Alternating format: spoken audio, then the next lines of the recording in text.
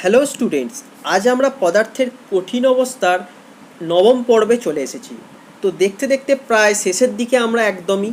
তো আজকের যে বিষয়গুলি আমরা এই ভিডিওটির মাধ্যমে আলোচনা করব সেগুলি হলো এফ কেন্দ্র এবং ব্যান্ড বা পটিতত্ত্ব। এই দুটি বিষয় নিয়ে আজকে আলোচনা করব। চলো দেরি না করে শুরু করা যাক, পরবর্তী স্লাইডে আসা যাক।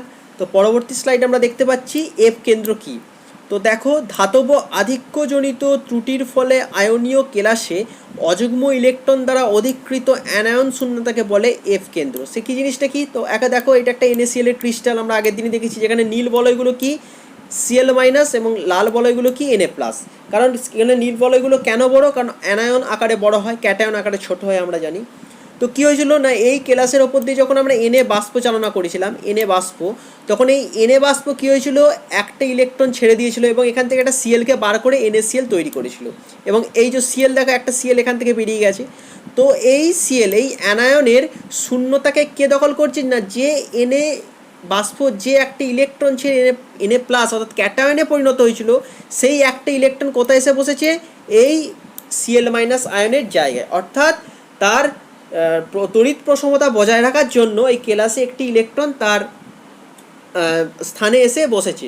ঠিক আছে, এই স্থানটাকে বলা হচ্ছে কি না, এই স্থানটাকে বলা হচ্ছে এফ কেন্দ্র। সেই জন্য বলছে ধাতব আধিক্যজনিত ত্রুটির ফলে আয়নীয় কেলাসে অযুগ্ম ইলেকট্রন দ্বারা অধিকৃত অ্যানায়ন শূন্যতাকে বলে এফ কেন্দ্র। তো এফ কেন্দ্রকে বর্ণবিন্দু বলা হয় কারণ এগুলির উপস্থিতিতে বর্ণহীন কেলাস বর্ণ ধারণ করে। তো কেন কী ব্যাপারটা হয় না, যখন এই কেলাসের ওপর আলো এসে পড়ে তখন সেই এফ কেন্দ্রের ইলেকট্রন শক্তি শোষণ করে, ফলে উক্ত ইলেকট্রন ভূমিস্তর থেকে উদ্দীপিত শক্তিস্তরে উন্নত হয় এবং ইলেকট্রনের এরূপ স্থানান্তর ঘটনার জন্য দৃশ্যমান আলোকের যে অংশের শক্তি শোষিত হয় তার পরিপূরক বর্ণের আলোক রশ্মি বিকিরণ ঘটে। তো কি হয়, যখন এই ক্লাসের মধ্যে কোনো ইলেকট্রন, এই ইলেকট্রনটা যখন কোনো এনার্জি পায় তখন কী হয়, এটা এক্সাইটেড স্টেটে চলে যায়, অর্থাৎ উদ্দীপিত স্তরে চলে যায়। এবং সেই উদ্দীপিত স্তর থেকে যখন সে আবার নিম্ন অর্থাৎ তার গ্রাউন্ড ফ্লোর অর্থাৎ তার সর্বনিম্ন শক্তি স্তরে ফিরে আসে, তখন কি সে এনার্জি এমিট করে, এনার্জি অর্থাৎ তার শক্তি কী হয়, বিকিরণ করে, এবং সেই শক্তির বিকিরণের ওপর সে কালার দেয়। ঠিক আছে, তো পরবর্তীকালে দেখতে পাবো, পরবর্তী স্লাইডে গেলে আমরা দেখতে পাবো একটি কোশ্চেন। তো দেখো, Na বাষ্পের উপস্থিতিতে NaClকে উত্তপ্ত করলে NaCl এর বর্ণ হলুদ হয় কেন? তো কি হয় না, Na বাষ্পের উপস্থিতিতে NaClকে উত্তপ্ত করার ফলে গঠিত নন স্টয়সোমেট্রিক NaCl এ Na প্লাস আয়নের আধিক্যের কারণে এফ কেন্দ্রের সৃষ্টি হয়।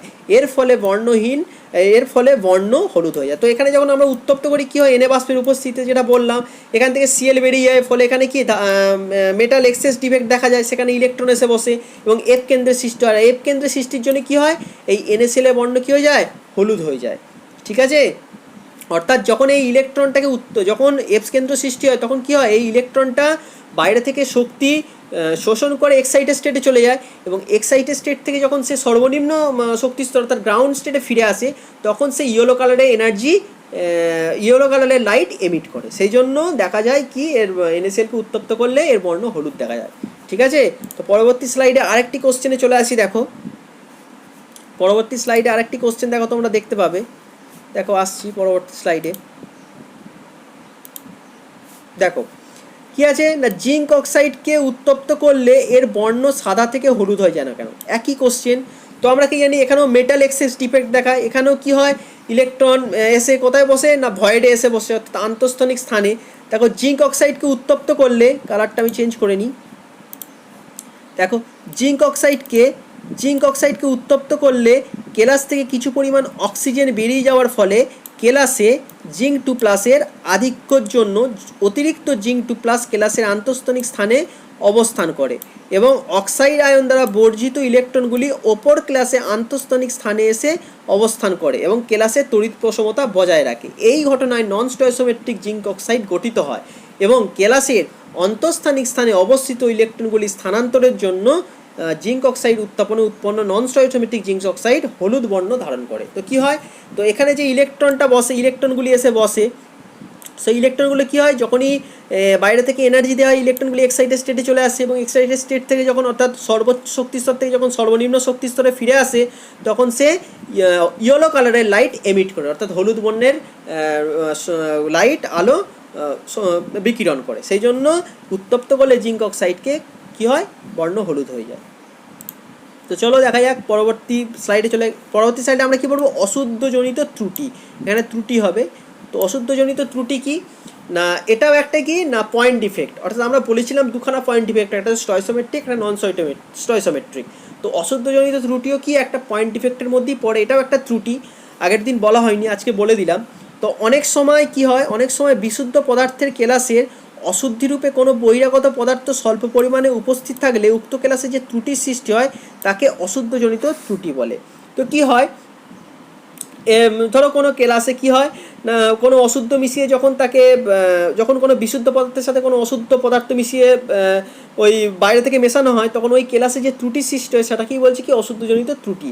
অর্থাৎ এই যে মেশানোর পদ্ধতিটাকে কী বলি আমরা, ডোপিং বলি। ডোপিং তোমরা পড়েছো যে ডোপিং কাকে বলে, যখন কোনো বিশুদ্ধ পদার্থের মধ্যে কোনো অশুদ্ধ পদার্থ মিশিয়ে দিয়ে ওই কেলাসের কি ত্রুটি সৃষ্টি করা হয়, সেই ত্রুটির প্রসেসটাকে, এই পদ্ধতিটাকে বলা হয় ডোপিং।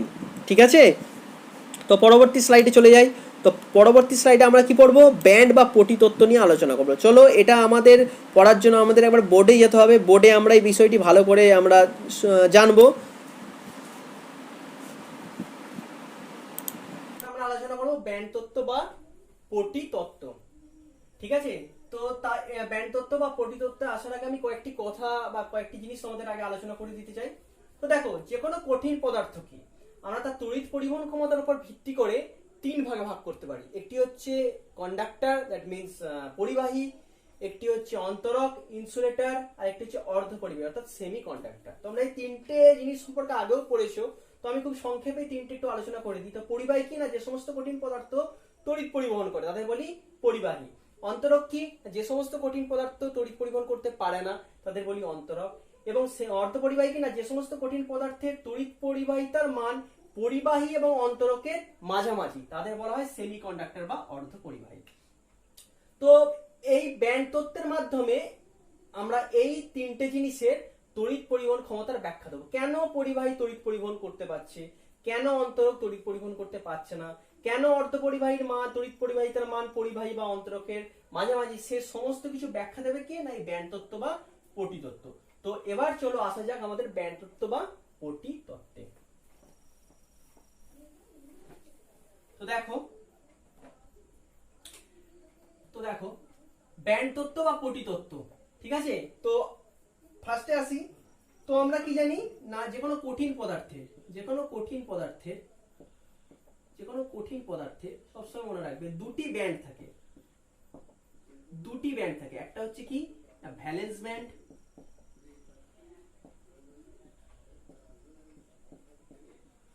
বা যোজক ব্যান্ড,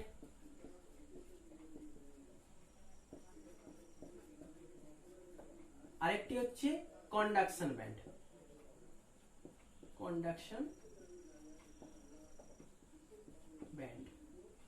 বা পরিবাহী ব্যান্ড।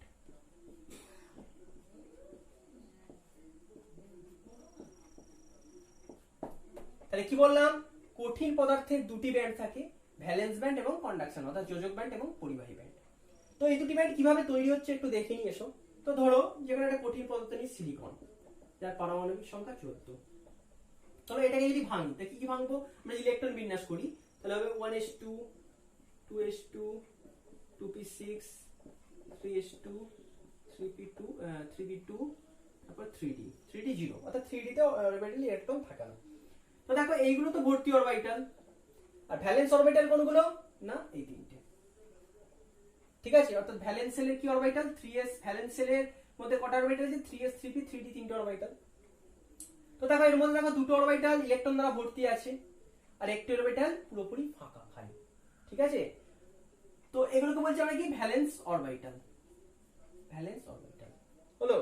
তো এই ভ্যালেন্স সেলের যে অরবিটাল গুলো আছে সেগুলো আমরা দুটো পাচ্ছি, একটি ইলেকট্রন দ্বারা ভর্তি, একটি ইলেকট্রন পুরোপুরি ফাঁকা। তো সেই জন্য যোজ্যতা কক্ষককে আমরা যদি ভাঙি তাহলে দুটো আমরা ব্যান্ড পাবো। দেখো এখানে 3s3p ইলেকট্রন দ্বারা ভর্তি থাকার জন্য কি হবে, এরা ভারী হবে, নিচে চলে আসবে। আর 3d কি হবে, ইলেকট্রন ফাঁকা, অর্থাৎ নেই, এর মধ্যে কোনো ইলেকট্রন না থাকার জন্য কি হবে, হালকা হবে, উপরে চলে যাবে। সেটা যোজ্যতাককে যদি আমরা ভাঙি তো দুটো ব্যান্ড পাবো। একটা হচ্ছে এই 3s3p কোথায় আসবে, এখানে 3s, আর উপরে যাবে কে 3p, আর উপরে যাবে কে 3d। বোঝা গেল? তাহলে এই 3s3p যে কক্ষ দুটো ইলেকট্রন দ্বারা ভ্যালেন্স সেলের ভ্যালেন্স অরবিটালে যে কক্ষ দুটো ইলেকট্রন দ্বারা পূর্ণ আছে বা ভর্তি আছে, তারা কি, তারা তৈরি করবে, যে ব্যান্ডটা তৈরি করবে সেটা হচ্ছে ভ্যালেন্স ব্যান্ড ভিভি। আর ফাঁকা অরবিটালটা কি ব্যান্ড তৈরি করবে না, কন্ডাকশন ব্যান্ড। তাহলে কি দাঁড়ালো, ভ্যালেন্সের কি অর্থাৎ ভ্যালেন্স অরবিটালকে যোজ্যতা কক্ষকে আমরা ভেঙে দুটো ব্যান্ড পাচ্ছি, একটা হচ্ছে ভ্যালেন্স ব্যান্ড, একটা হচ্ছে কন্ডাকশন ব্যান্ড। ভ্যালেন্স ব্যান্ড কোনটা হচ্ছে, এখানে ভ্যালেন্স ব্যান্ড কোনটা 3s3p, অর্থাৎ যে দুটো ভ্যালেন্সের যে দুটো অরবিটাল ইলেকট্রন দ্বারা পূর্ণ আছে তাদের বলছি ভ্যালেন্স ব্যান্ড। আর কন্ডাকশন ব্যান্ড কি, যে অরবিটাল গুলো ফাঁকা থাকবে অর্থাৎ ইলেকট্রন দ্বারা পূর্ণ থাকবে না তাদের বলবো কন্ডাকশন ব্যান্ড। এবং এদের মধ্যবর্তী ডিসটেন্সটাকে, গ্যাপটাকে বলা হয় নিষিদ্ধ অঞ্চল।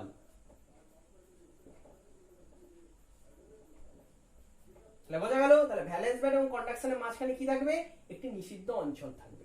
ঠিক আছে, বোঝা গেল? তাহলে যোজ্যতা কক্ষকে আমরা ভেঙে ভ্যালেন্স ব্যান্ড এবং কন্ডাকশন ব্যান্ড পাচ্ছি। তো বোঝা গেল। এবার আমরা দেখব পরিবাহী এবং অন্তরক এবং সেমিকন্ডাক্টর অর্ধপরিবাহী ক্ষেত্রে কিভাবে তড়িৎ পরিবহন ক্ষমতা হচ্ছে, এই পটি তত্ত্বের সাহায্যে আমরা ব্যাখ্যা করব। চলো দেখি।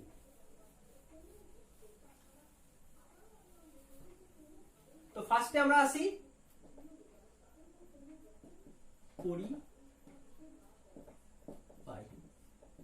তো পরিবাহীর ক্ষেত্রে কি হয়, এই যে কন্ডাকশন ব্যান্ড উপরে থাকে আর নিচে কি থাকে, ভ্যালেন্স ব্যান্ড। তো পরিবাহীর ক্ষেত্রে কি হয়, এই যে এই দুটো ব্যান্ড একে অপরের উপর ওভারল্যাপ করে যায়, অর্থাৎ কন্ডাকশন ব্যান্ড এবং ভ্যালেন্স ব্যান্ড কি একে অপরের উপর চেপে বসে, অর্থাৎ উপরিপাত হয়, এদের দুজনে একের অপরের কি উপরিপাত হয়, অর্থাৎ ওভারল্যাপ করে। ওভারল্যাপের ফলে কি হয়, এই যে কন্ডাকশন ব্যান্ডে ইলেকট্রন থাকে, ইলেকট্রন পূর্ণ থাকে এখানে, ভ্যালেন্স ব্যান্ডে ইলেকট্রন থাকে, তো ইলেকট্রন গুলো কি হয়, জাম্প করে কন্ডাকশন ব্যান্ডে সহজে চলে আসে।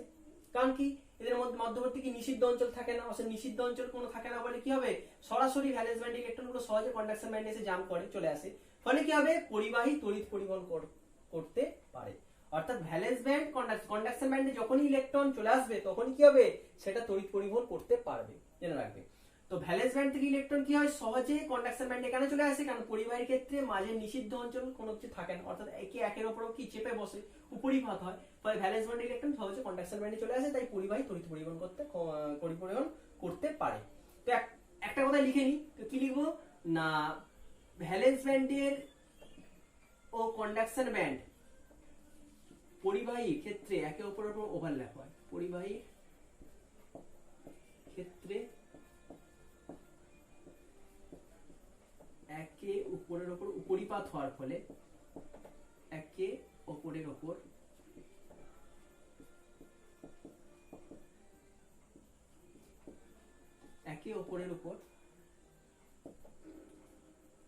উপরিপাত হওয়ার ফলে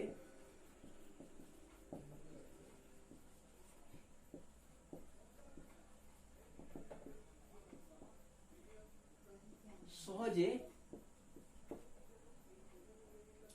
ইলেকট্রন ভ্যালেন্স ব্যান্ড থেকে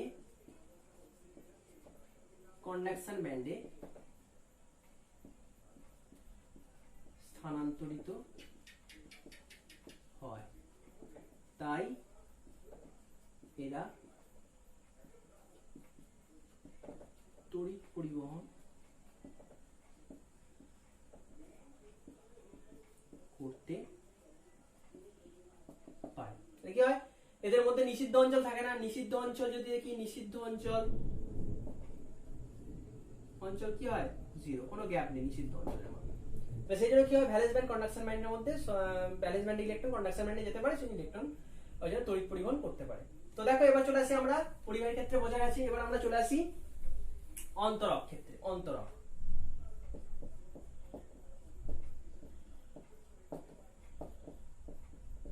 দেখো, তো অন্তরকের ক্ষেত্রে কি হয়, উপরে কন্ডাকশন ব্যান্ড থাকে আর নিচে ভ্যালেন্স ব্যান্ড থাকে, ইলেকট্রন দ্বারা ভর্তি থাকে। তো কি হয়, এর ক্ষেত্রে কি হয়, এদের এই যে গ্যাপটা, মধ্যবর্তী যে গ্যাপ, ভ্যালেন্স ব্যান্ড এবং কন্ডাকশনের মধ্যবর্তী গ্যাপ, যে নিষিদ্ধ অঞ্চল যেটাকে বলছি, সেটা কি হয় অনেকটা প্রশস্ত থাকে। ফলে কি হবে, এই ভ্যালেন্স ব্যান্ডে ইলেকট্রন কন্ডাকশন ব্যান্ডে স্থানান্তরিত হতে পারে না, তাই অন্তরক পদার্থ তড়িৎ পরিবহন করতে পারে না। তাহলে কি লিখবো, এখানে লিখি প্রশস্ত নিষিদ্ধ অঞ্চল থাকায়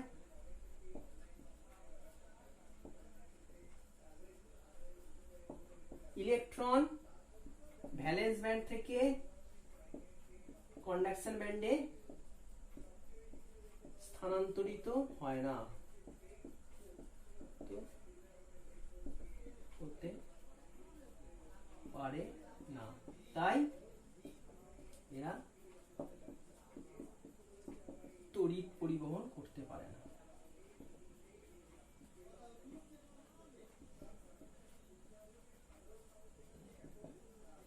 বোঝা গেল? তাহলে প্রশস্ত নিষিদ্ধ অঞ্চল থাকা ইলেকট্রন ভ্যালেন্স ব্যান্ড থেকে কন্ডাকশন ব্যান্ডে স্থানান্তরিত হতে পারে না, তাই এরা তড়িৎ পরিবহন করতে পারে না। এটা হচ্ছে অন্তরক পদার্থ। এবার আমরা আসি সেমিকন্ডাক্টর অর্থাৎ অর্ধপরিবাহীর ক্ষেত্রে কি হয়।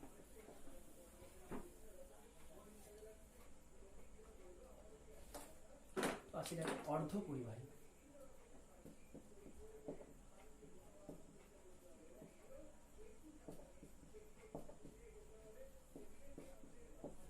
তো অর্ধপরিবাহীর ক্ষেত্রে কি হয় দেখো, উপরে থাকে একই ব্যাপার কন্ডাকশন ব্যান্ড, আর নিচে থাকে ভ্যালেন্স ব্যান্ড। ভ্যালেন্স ব্যান্ডে ইলেকট্রন থাকে যেমন থাকা। তো এদের যে মধ্যবর্তী গ্যাপ, যে নিষিদ্ধ অঞ্চলটা খুবই সংকীর্ণ হয়, খুবই সংকীর্ণ হয়। ফলে কি হয়, এমনি সাধারণ অবস্থায় ভ্যালেন্স ব্যান্ড ইলেকট্রন কন্ডাকশন ব্যান্ডে আসতে পারে না, কিন্তু যদি উষ্ণতা দিই অর্থাৎ উষ্ণতা বাড়াই, অর্থাৎ টেম্পারেচার যদি আমরা বাড়াই, তাহলে ইলেকট্রন কি হবে, এক্সাইটেড হয়ে যায় এবং সহজে ইলেকট্রন গুলি কি হয়, কন্ডাকশন ব্যান্ডে চলে আসে সহজে। কি টেম্পারেচারের বাড়ালে, টেম্পারেচার যদি আমরা বাড়াই, তাহলে ভ্যালেন্স ব্যান্ড ইলেকট্রন কোথায় চলে আসবে, কন্ডাকশন ব্যান্ডে চলে আসবে। আর যখনই কন্ডাকশন ব্যান্ডে চলে আসবে, তখন কি হবে, অর্ধপরিবাহী কার মতো আচরণ করবে, পরিবাহীর মতো আচরণ করবে। তাহলে কি হয়, এটা কি সংকীর্ণ নিষিদ্ধ অঞ্চল হয়, উষ্ণতা বাড়ালে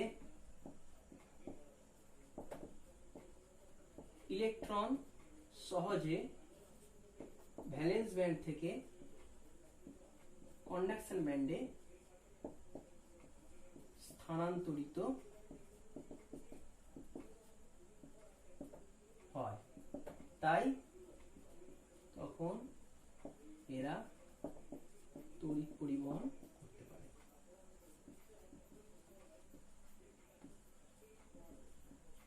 অর্থাৎ কি দেখছি, নরমাল কন্ডিশন অর্থাৎ সাধারণ শর্তে কি হয়, এরা কিন্তু অন্তরক পদার্থের মতো আচরণ করে, কিন্তু যদি উষ্ণতা বাড়ায় তাহলে কিন্তু এরা পরিবাহীর মতো আচরণ করে। সেই জন্য বলা হয় এদের তড়িৎ পরিবাহিতা অন্তরক এবং পরিবাহী মধ্যবর্তী হয়, মাঝামাঝি হয়। সেই জন্য কি হয়, অর্থাৎ সংকীর্ণ নিষিদ্ধ অঞ্চল হয়, উষ্ণতা বাড়ালে ইলেকট্রন সহজে ভ্যালেন্স ব্যান্ড থেকে কন্ডাকশন ব্যান্ডে স্থানান্তরিত হয়, তাই তখন এরা কি তড়িৎ পরিবহন করতে অর্থাৎ পরিবাহীর মতো আচরণ করে। তো ঠিক আছে, এই তিনটে বিষয় ক্লিয়ার হলো, কি থেকে, ব্যান্ড তত্ত্ব থেকে, পটি তত্ত্ব থেকে।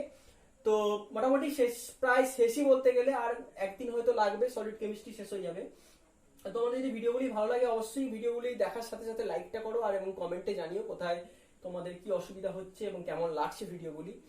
আর তোমাদের বন্ধুদের সাথেও যদি ভিডিওগুলি শেয়ার করো তো খুবই ভালো লাগবে আমার। আর যারা ভিডিওগুলি দেখছো বা যারা চ্যানেলে নতুন, তারা অবশ্যই চ্যানেলটি সাবস্ক্রাইব করে নোটিফিকেশন বেল আইকনটি অন করে দেবে, যাতে আমি ভিডিও ছাড়ার সাথে সাথেই তোমাদের কাছে নোটিফিকেশন পৌঁছে যায়। তো আজকে এইটুকুই, পরের ক্লাসে আমরা একদম সলিড কেমিস্ট্রি একদম লাস্ট পর্বে চলে যাব। তো ব্যাস, আজকে এইটুকুই থাক।